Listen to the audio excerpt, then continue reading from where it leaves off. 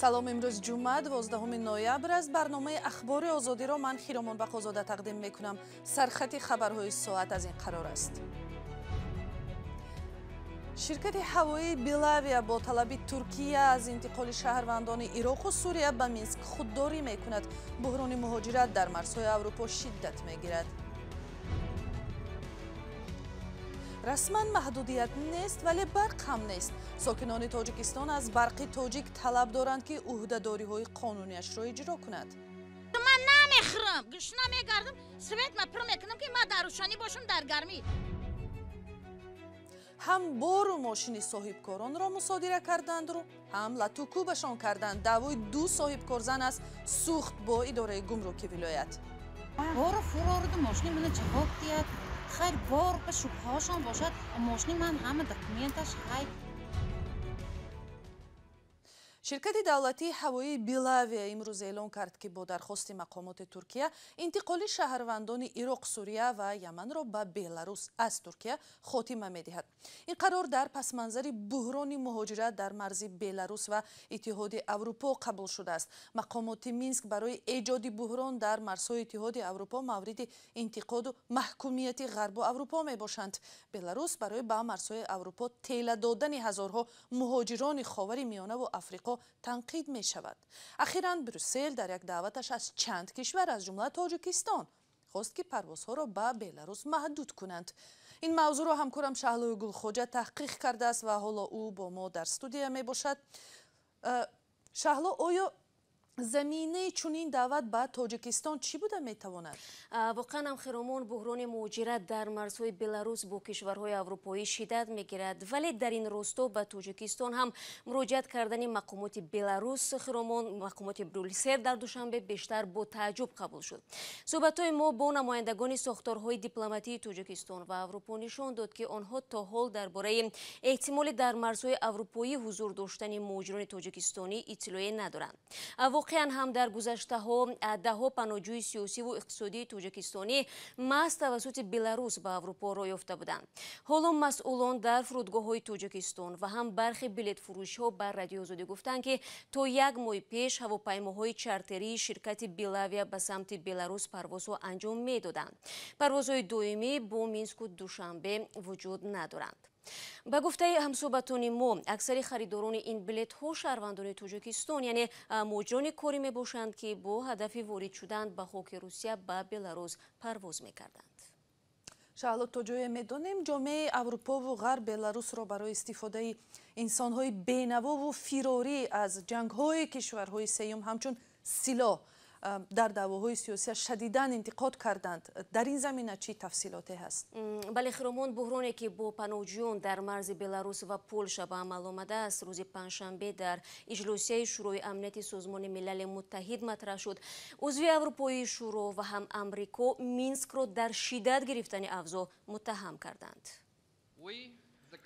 мо аъзои кунунии шӯрои амният аз Иттиҳоди Аврупо, Эстония, Фаронса, Ирландия якҷоя бо Норвегия, Британияи Кабир ва Иёлоти Муттаҳида ки бо мо ҳамроҳ шуданд, инчунин узви ояндаи шӯрои амният Албания истифодаи муташаккилонаи одамонро маҳкум мекунем. Беларус барои ҳадафҳои сиёсияш ҳаёт ва некуаҳволии мардумро зери хатар гузошта қасд дорад вазъро дар кишварҳои ҳамсоя ва марзи хориҷии Иттиҳоди Аврупо ноором сохта таваҷҷӯҳро аз нақзи ҳуқуқи башар дар кишвари худ дур кунад. суҳбати намояндаи Эстония дар созмони милал буд. ба қавли ин кишварҳо Александр Лукашенко таҳдид ба назму суботи минтақа шуда амалкарди Беларус вокуниши қатъии байналмилалиро тақозо мекунад. дар навбати худ муовини намояндаи доимии Русия дар созмони милали муттаҳид Дмитрий Полянский қайд кард ки вазъ дар марз пеш аз ҳама Аврупоро бадном мекунад. буҳрони муҳоҷирати ғайриқонунӣ дар марзи Беларус бо Полша бар асари талоши вуруди паноҳҷӯён аз ховари миёна ба амал омадааст. чандин ҳазор нафар ба истилоъ дар дом қарор гирифтанд, яъне онҳо на ба ҳудуди Иттиҳоди Аврупо гузашта метавонанд ва на ақиб ба ватани худ. ташаккур. ҳамкорам Шаҳлои Гулхоҷа буд бо тафсилоти буҳрони муҳоҷират дар марзҳои Аврупо ва Беларус. дар ин фурсати барнома ҳамроҳ порае аз гуфтугӯҳо дар барномаи гапи озодро мебинем ки ин ҳафта дар бораи қазияи пурсару садои латукуби Мадина Мамаҷонова як ҷавонзани тоҷик ва ҳам дар бораи ҷабру зулм ва зӯроварӣ ба занон дар Тоҷикистон баҳс мекунад. ҳомиёни ҳуқуқ ва вакилони дифоъ дар ин барнома гуфтанд ки чаро дар кишвар агар ба зан зулм шавад, бисёриҳо мегӯянд айби худаш аст.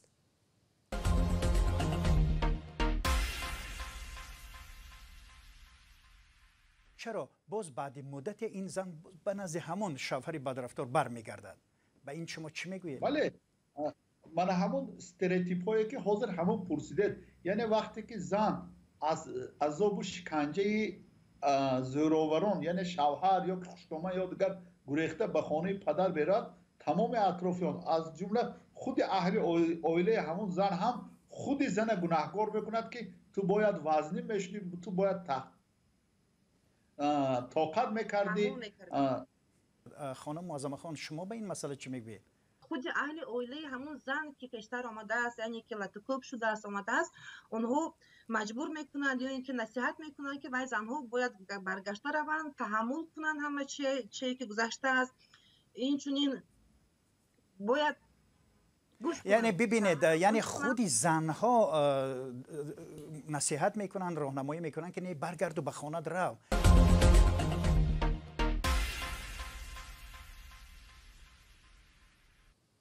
бинандагони азиз, ин баҳси ҷолибро метавонед фардо рӯзи шанбе соати 10 ба вақти душанбе ва 12 ба вақти Москав дар ҳамин канали Озодӣ видео ва ҳам вебсайти озодӣ.орг ва саҳифаи радиои Озодӣ дар фейсбук тамошо кунед. ёдатон наравад ки дӯстонатонро ҳам огоҳ кунед. бебарқиҳои бидуни огаҳӣ дар минтақаҳои Тоҷикистон ки дар умум тахминан 2 моҳ аст давом дорад, масъалаи ӯҳдадориҳои ширкати таъминкунандаи барқ дар пеши аҳолиро доғ кардааст. бар асоси қарордодҳое ки миёни истифодабарандагони барқ ва ширкати таъминкунандаи он барқи тоҷик имзо мешавад, иҷро нашудани шарти созиш аз ҷониби ин ё он тараф ҷавобгарӣ дорад. ҳоло бисёр сокинони Тоҷикистон ки мегӯянд пули барқро сари вақт пардохт карда вале худи барқро намебинанд, аз барқи тоҷик ҳеҷ посухи мушаххаси бебарқиро ба даст овардан наметавонанд. гузориши ҳамкорони мо Барод Юсуфӣ ва Алишер Зарифӣ дар ин бора. сокинони чанд бинои дуошёна дар деҳаи истиқлоли ноҳияи рӯдакӣ аз он шикоят доранд ки зиёда аз як моҳ боз барқ дар манзилҳояшон бештарин соатҳои шабонарӯз қатъ мешавад. вале ба қавли онҳо касе сабаби беогоҳии пешакӣ қатъ кардани барқро шарҳу тавзеҳ намедиҳад. ин ҳолат бар рӯяшон мушкилӣ зиёд овардааст. 250 сом ман намехӯрам, гӯшна мегардам, свет ма пур мекунам ки ман дар рӯшанӣ бошам дар гармӣ. ин чӣ хели зиндагиаемо, ин чӣ хели ҳолаемо. гурӯҳе аз занони ин маҳалла барои шикоят аз бебарқӣ назди ҳокимияти ноҳия рафтанд, аммо мушкилашон ҳамоно боқӣ мондаву ба суоли чаро барқашонро қатъ мекунанд посух наёфтаанд. нестай корои барқӣ надидемо, ягон чи нест. беогоҳӣ қатъ кардани барқ бештар аз як моҳ аст ки дар тамоми минтақаҳои кишвар мушоҳида мешавад. ин дар ҳолест ки дар санади шаҳрнома миёни шабакаҳои барқи тоҷик ва муштариён таъкид шудааст ки сокинон аз қатъ шудани барқ бояд огоҳ карда шаванд. дар ширкати барқи тоҷик дар посух ба ин суол ки оё қабл аз қатъи нерӯи барқ мардумро огоҳ карда буданд, касе посух надод. радиои Озодӣ дигарбора ба ширкати барқи тоҷик номаи расмӣ расонд, аммо то замони таҳияи гузориш ба он посух нагирифт. бо таваҷҷӯҳ ба ӯҳдадориҳои тарафи ширкат ва муштарӣ, баъзе ҳуқуқшиносон бар инанд ки хомӯшии мақомоту бидуни огоҳӣ қатъ намудани барқ нақзи ҳуқуқи муштариён аст ва онҳо ҳақ доранд тарафи дигарро то додгоҳ кашанд. зеро ба қавли онҳо беогоҳӣ хомӯш ва додани барқ хатарнокам ҳаст. ҳангоми фарз кардем ягон корҳои профилактикӣ гузарондан, ягон таъмирҳо гузарондан, яъне ки дар ҳангоми танаффус гузарондан, албатта ҳангоми эълон кардани танаффус албатта бояд муштарӣ пешакӣ огоҳ карда шавад. ҳатман дар қонунгузор худаш муайян кардагӣ аст. маҳдудкунӣ ин низ ҳамин хел аст. пешакӣ аллакай муайян мешавад ва маҳдудкунӣ худи ҳамун лимите ки дар мардум имрӯз мегӯянд маҳдудкунӣ аст. вақте ки норасоии барқ аст, дигар проблемаҳо ҳаст, мисол пешакӣ огоҳ мекунанд, муайян мекунанд ва огоҳ мекунанд. як рӯз пеш аз таҳияи гузориш бархе аз сокинони шаҳри хуҷанд паёмаке аз ширкати барқи тоҷик дарёфт карданд ки дар он ҳушдор медиҳад дар сурати сарфакорона истифода накардан барқ дар манзилҳояшонро қатъ мекунанд. аммо дар бораи меъёри истифода чизе гуфта нашудааст. ҳозир ҳамаям сарфакор шудагӣ, чунки свето қимат шудагӣ коҷо. ҳамаям якта хона гам карда мешинад. зимистон ва ягон хеле хонаи мӯл гарм кард намешинем. Ҳама якта хонаи гарм мекунад. як масъули ширкати барқи тоҷик дар шаҳри хуҷанд дар шарҳи паёмаки ин ширкат ба сокинон гуфтааст ки он ба хотири сарфаи барқ буда хусусияти тавсиявӣ дорад.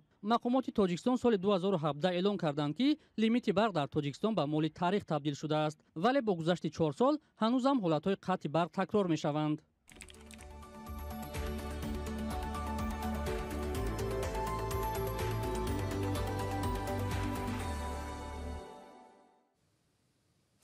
дар вилояти суғд ду соҳибкорзан аз идораи гумруки вилоят шикоят доранд ки як моҳ инҷониб на сарнавишти бори мусодирашудаву на мошинашон маълум аст. гумрук мегӯяд ки моли ин соҳибкорзанон қочоқӣ буда ба ҳамин хотир мусодираву ҳабс шудааст. ҳамкори мо дар вилояти суғд Фарзон Муҳаммадӣ талош кард дар ин қазия мӯйро аз хамир ҷудо кунад. ду зан сокинони ноҳияи исфара иддао доранд ки баъди ҳабси нақлиёту маҳсулоташон борҳо ба идораи гумрук дар вилояти суғд меоянд, вале бо маъмурони инҷо ба созиш намерасанд. рӯзи 10 октябр дар қаламрави ҷамоати хистиварзи ноҳияи бобоҷон ғафуров маъмурони идораи гумрук худрави мерседес спринтерро ки биринҷ мебурд бо гумони дуздӣ будани бораш боздошт карданд. зани соҳибкор Қурбонҷон Охонова мегӯяд то ин лаҳза нисбаташ ҷаримабандӣ накарда ва борашон низ пас надодаанд. ман аз мақомот ҳамин талаб дорам ки хайр бор мо қочоқ бошад ҳамин исбот кара ба мо фаҳмонда диҳанд ки ҳамин бори қочоқ биринҷи қочоқ ҳамин хел мешавад гон ки дар оянда мо дидаи дониста ҳамин хел маҳсулотро нахарем. бору фурорду мошини мана ҷавоб диҳад. хайр бор ба шубҳаошон бошад. мошини ман ҳама документаш ҳай ҳама ваяш ҳай. ана мехоҳиши ман ҳамин мана як боз манам ҳамин баробари Қурбонхон омада мана расхаткара бурафтосиям манам як боз кор кросигим неди. ин зани соҳибкор қаблан даъво карда буд ки чанд маъмури идораи гумрук баъди боздошти маҳсулоташ худи ӯро низ латукуб карданд. намояндагони раёсати гумруки вилояти суғд шикояти ин занро рад карда баръакс худи ӯро бемори равонӣ мехонанд. додистонии хуҷанд низ ин ҷанҷолро таҳқиқ ва оғози парвандаи ҷиноятиро нисбат ба он қатъ кардааст. кормандони гумрук гуфтанд ки онҳо сохтакорӣ карданд, зеро ки борашон қочоқ буд. барои ҳамин вай ин яъне вай ларзиши мағзи сарро ин ҳама ин сохтакорӣ гуфтанд. хайр духтурон сохтакорӣ намекунанд ку намедонанд, барои чӣ ба хулосаи духтуронам бовар накарда онҳо аризаи моро қатъ карданд. охонова чунин ҷароҳат бардоштанашро дасти кори НШ як бозраси хадамоти гумрук дар вилояти суғд медонад. кӯшиши ба такрори озодӣ барои тамос гирифтан бо ин бозрас натиҷа надод. ба гуфтаи Нигора Раҳимова ки шоҳиди ин ҳолат будааст, дар идораи гумрук байни корманди ин ниҳод НШ ва соҳибкорзан Қурбонхон Охонова баҳс сар задааст ки баъдан ба муноқиша печидаву ӯро задаанд ва сараш зарб хӯрдааст. як корманди хадамоти гумрук дар вилояти суғд ки низ шоҳиди ин ҳодиса будааст ба радиои Озодӣ гуфт дар ҳақиқат кормандони онҳо 3700 килограмм биринҷи овардаи Охоноваро ҳабс карданд, чун он моли қочоқ буд. вале нисбаташ ҳеҷ бадрафторӣ сурат нагирифта ва санади маҳсулоти қочоқро тартиб доданд. амволи Қурбонхон Охоноваро дар марзи Тоҷикистону Қирғизистон ҳабс карданд ки 6 моҳ боз баста мебошад. занон талаб доранд ки мақомотҳои болоӣ бояд зуд ба ин мушкилоташон расидагӣ кунанд, зеро дар таъмини рӯзгори худу фарзандонашон ба мушкил рӯбарӯ шудаанд. Фарзон Муҳаммадӣ, Радиои Озодӣ, шаҳри Хуҷанд. вилояти суғд ки ин қазия онҷо рух додааст, ҳамсарҳади Ӯзбекистону Қирғизистон аст. Қирғизистон баҳори имсол баъди низои мусаллаҳона дар марз сарҳадашро бо Тоҷикистон баст ва бору мошинҳои зиёди шаҳрвандони Тоҷикистонро маздуд кард. ин ҳолат кори бисёр соҳибкорони тоҷикро ки аз ҳамин ҳисоб зиндагиро пеш мебурданд таъсири манфӣ гузошт. ва ахбори бештар аз инро дар сомонаи Озодӣ ва шабакаҳои иҷтимоии Facebook, Одноклассники ва Twitter пайдо кунед.